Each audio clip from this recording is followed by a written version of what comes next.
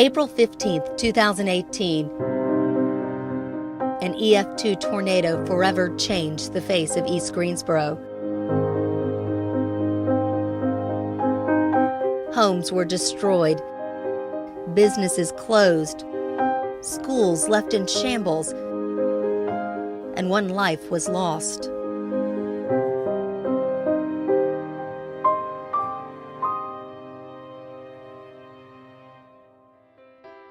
But from the devastation, hope rose in the hands and faces of friends, neighbors, and strangers. Volunteers making it Greensboro's finest hour.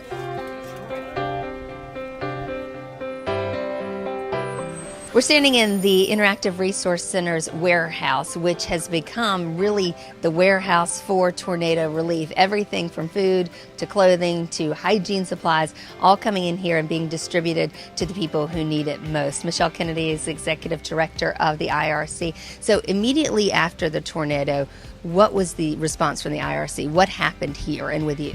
Yeah, Sunday night I toured some of the affected area with Chief Scott and the mayor, and by Monday morning we were starting to collect things that we already had on site here. We made the first drop to Renaissance, the parking lot of Renaissance Center, early Monday morning, and then we started coordinating with city and county officials to become the central location for supplies so that we could cull through those supplies so they'd be organized when they reach the areas in the impacted communities. So, of course, at first it was just hurry up, we've got to get things to the people immediately. Now it's kind of settled into more of a system, right? Sure. We're not surprised ever by the outpouring of support from this community. We know how supportive our community is. But at this stage, we're now moving towards a recovery plan. So at this point, we're really making sure that some of the long-term locations will have supplies for folks that come in, and then really looking towards housing from this point forward and getting people stabilized or rehoused. Okay, so what does that look like? How can people be a part of that effort and help? So the Greensboro Housing Coalition is leading that effort, and we are following their lead. We're longtime partners of theirs. It's their wheelhouse. They do it best. So we're basically offering any supportive services they may need, but the Housing Coalition is vetting folks, trying to make a determination of the damage done to their home and to help decide if they need to be relocated or if there are minor repairs that can be made to get them back into the house they were in to begin with. It's going to be expensive to get folks rehoused or resettled back into their homes, and so at this point we're moving from donations to financial support to try to support our neighbors in East Greensboro. And what have you learned about Greensboro and the people through this? What has this shown you? I'm in a little bit of a unique situation. I learned a long time ago how supportive our community is and how quickly they step up when a need arises. So I wasn't surprised at all, but I will say that in the 4 years that we've run emergency shelter and all of the other things that we've run here, I have never seen an outpouring at the level that this has been. It's been amazing. It's been emotional. It has been a really beautiful thing to watch, and I think it really represents the best of who we are as a community. Hope Tyler is the Director of Volunteers and Community Engagement for the Volunteer Center of Greensboro. Of course, there was an immediate reaction from volunteers and the community wanting to help right after the tornado hit Greensboro. What did that mean for you and the Volunteer Center? We started to work with many community partners because volunteers were coming out of the woodworks, and we've deployed thousands and thousands of volunteers that are just ready to help people. They've been serving food, helping people find shelter, removing debris from homes, things like that. Okay, but now we're settling into the kind of work phase. We still need volunteers. We still need people with skills who can help work and get these families, these businesses back on their feet. And it's going to take a while. Yes, it's going to take months, I think, for everybody to get back to where they were before. But again, there's so many great nonprofits that are doing this really hard work, places like Habitat for Humanity that don't need anything right now, but they will be in about a month from now working to get those homes repaired. So how's the best way to stay connected to what's going on, to stay involved, and to know about opportunities to help? So we're working really hard to keep our website as up to date as possible, so folks can go to www.volunteergso.org, and we'll try to keep that list as up to date as if you need help, how you can help, in-kind donations and monetary donations, and where to send those. Of course, you want people to keep checking back because this list is constantly changing, and These needs are remaining. Yes, and I think everybody wants to help, and then all of a sudden it just kind of dies down. And our goal is to really keep this at the forefront of everybody's mind, because these folks in East Greensboro really need our help and will continue to need our help for months to come. And so what will that look like over the next few months as we kind of shift from the more immediate needs to the long-term needs? So we're going to keep needing monetary donations, and those will be distributed to places like Habitat for Humanity, the Greensboro Housing Coalition, and they will help to get those folks back into those homes and get those home repairs that need to be done. And then, of course, just making sure that they have the supplies and the food and everything to be okay in those new homes. Exactly right. I mean, you have agencies like Out of the Garden Project that's almost completely depleted their warehouse now because they've been giving so much food out. So we need to remember our friends at Out of the Garden and get them more food collections and things like that. So again, those lists will always be up to date on our website for months to come.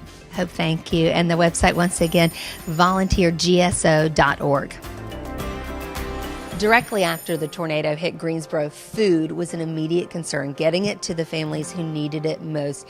Don Milholland is the executive director of Out of the Garden. They were on the ground right away. Talk about that initial response. What was happening? Sure. So initially, I got a call early in the morning on Monday from one of our board members, Eric Nagley, who's principal at Northwest Middle, asking what we could do for the tornado victims. The night before, I'd gotten a call from Jim Fagioni, the nutrition director for Guilford County Schools, saying they were going to open up some feeding sites. And I thought that we certainly had a lot of bottled water that we had had for a while. We've been trying to give it out. But we also pick up from 7 Panera Bread companies every night, so we decided to fill our smallest truck, because we still have our normal pickups, our smallest truck with water and Panera Bread, and just go into the neighborhood. So 16 hours later, and a picture actually appeared, it's on our website, that we were in with all the devastation, passing out bread and water. And then the next morning we had 100 volunteers show up here at 8 o'clock. There were 200 more over at Faust preparing lunches, and so we started doing lunches and dinners every evening at Peeler parking lot. Then we would take some over to Hampton as well.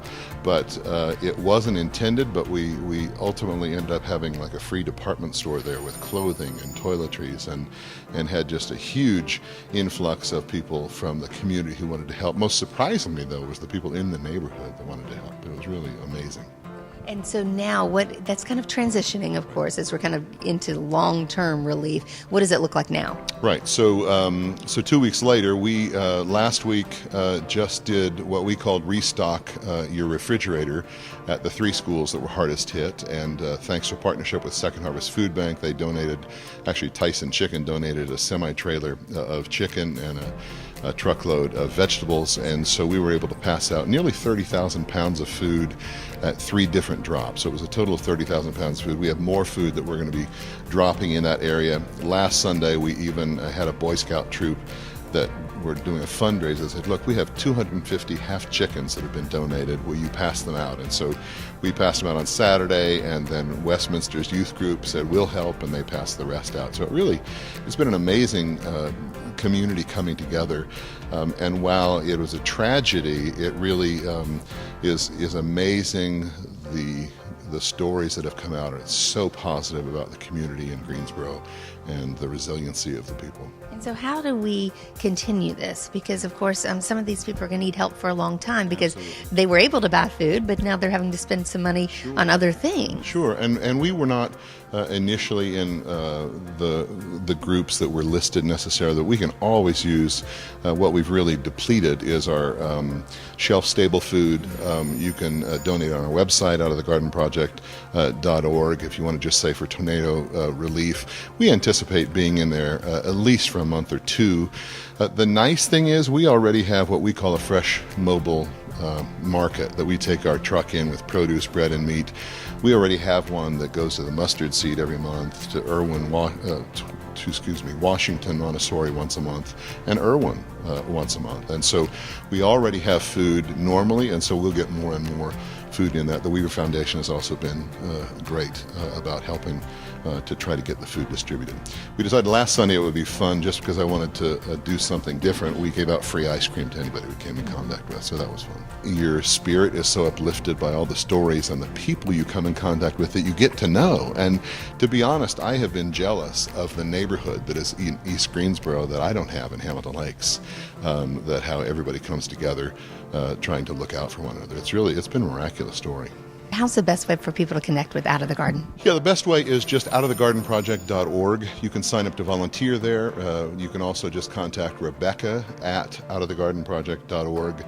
There's a donation page there, or you can contact me, Don, at outofthegardenproject.org. We have a lot of volunteering opportunities that we need.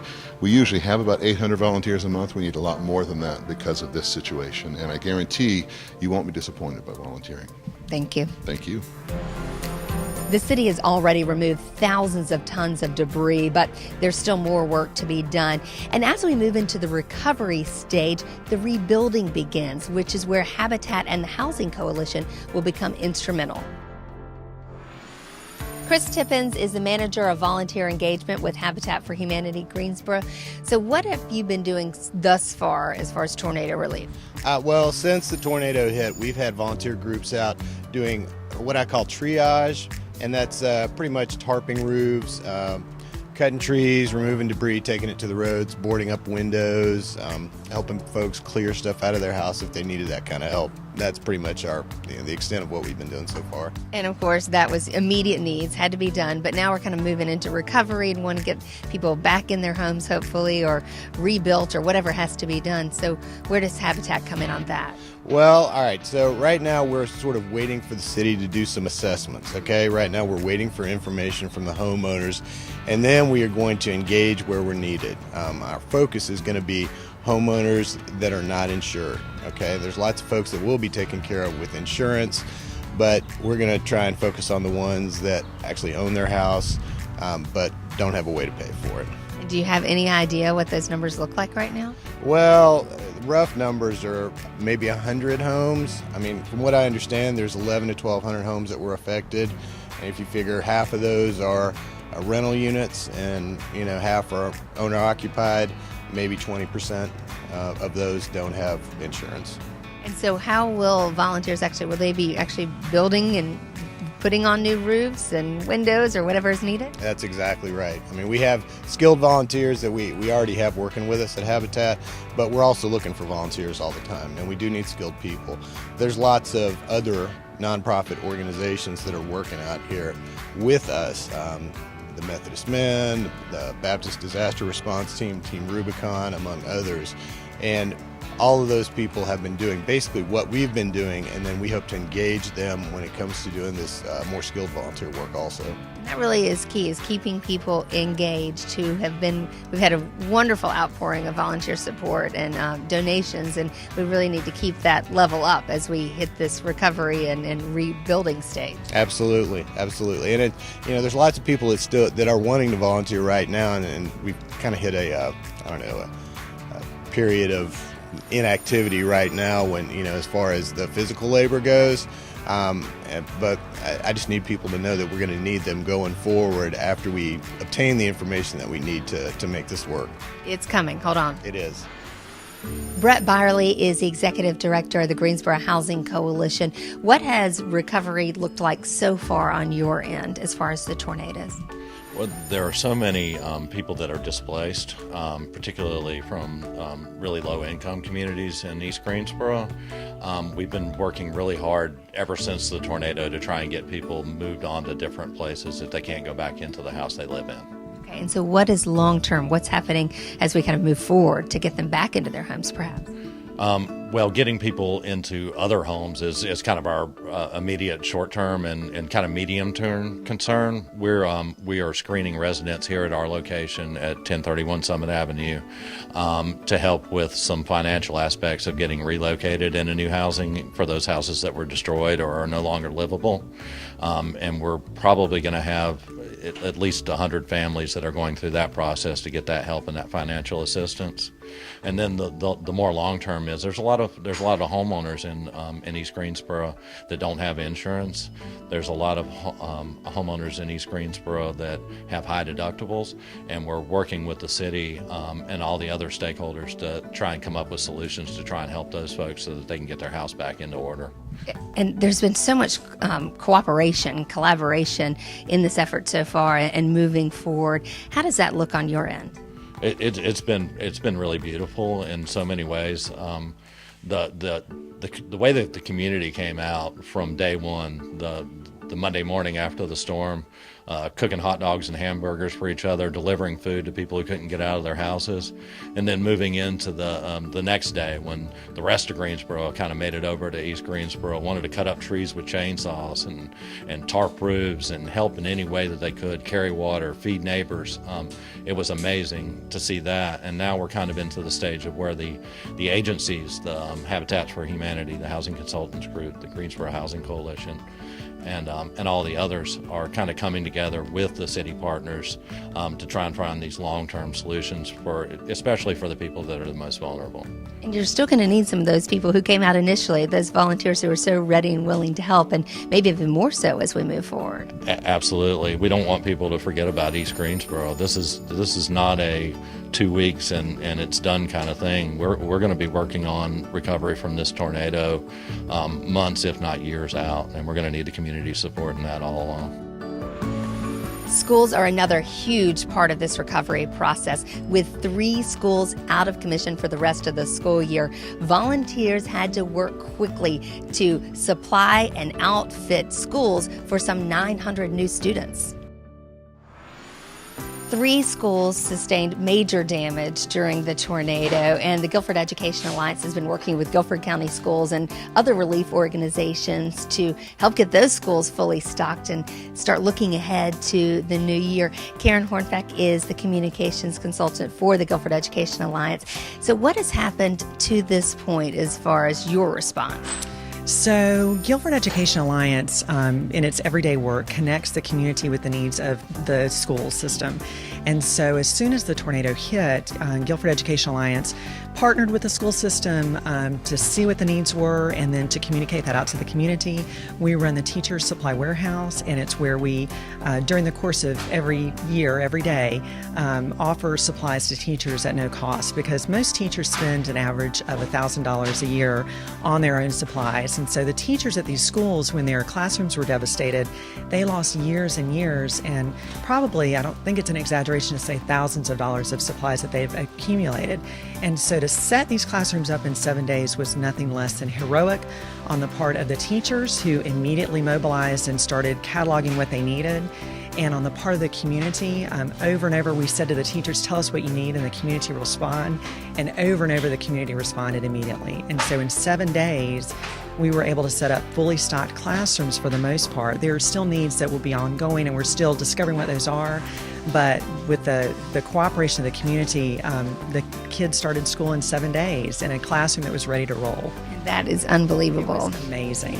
But their work continues. We see lots of donations are still coming in, busloads, truckloads, and sometimes just small bagfuls. So what is happening now and over the next few months?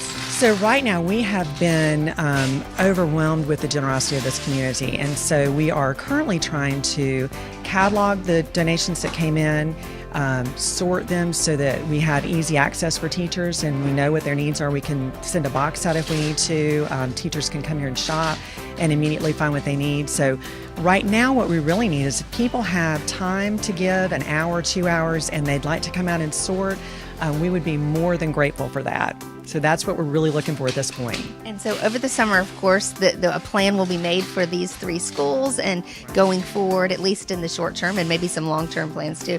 And how will Guilford Education Alliance help with that, partner with that? Well, we really will do what we do all the time, is stay in very close contact with the schools and assess what their needs are and reach out to the community and let them know that. What we're trying to do on an everyday basis, again, is make sure that the teachers can focus on teaching. And so when they have needs, they communicate with us, and then we reach out to the community. We make sure they get what they need. And so they are mainly, their whole focus is on teaching their children. So they can make a quick call to us. GCS can let us know, and we mobilize the community. And the Guilford County community, we want to say this over and over again, has just been amazing. We talk a lot about everyday heroes. Every single day there were people showing up with supplies, there were people showing up to help. We had alumni at these schools, kids in middle school and high school showing up to help put furniture together for their teachers. It has been an amazing experience to see this community come together. And from beyond. I know you've been getting boxes from other states too. I had a 13-year-old in California who had grown up here and then moved recently to California, and had her mother contact us to see if she could hold a book drive. We've had schools in other states contact us. Teachers know what it means to lose a classroom library. They know what it means to lose their curriculum. And so we've had other schools show up. Burlington Alamance has sent buses. I mean, it has been unbelievable. So really every day has been a story that has given us all hope. The teachers have felt loved and supported through this. The kids have felt loved and supported through this. So don't wish a tragedy like this on any community, but the response has been amazing. How's the best way to connect with GEA and these volunteers? So we are constantly updating our website with needs, whether they're supply needs or volunteer needs. And so log on to our website, like us on Facebook. We're constantly putting out information on Facebook. The needs for these schools will be long-term, and so we hope the community, the energy that we've felt in these last 2 weeks will continue. Financial assistance is now and will continue to be vital to getting these communities and schools back on their feet. If you would like to volunteer, the easiest way to connect to opportunities is going to the Volunteer Center of Greensboro's website. It is volunteergso.org.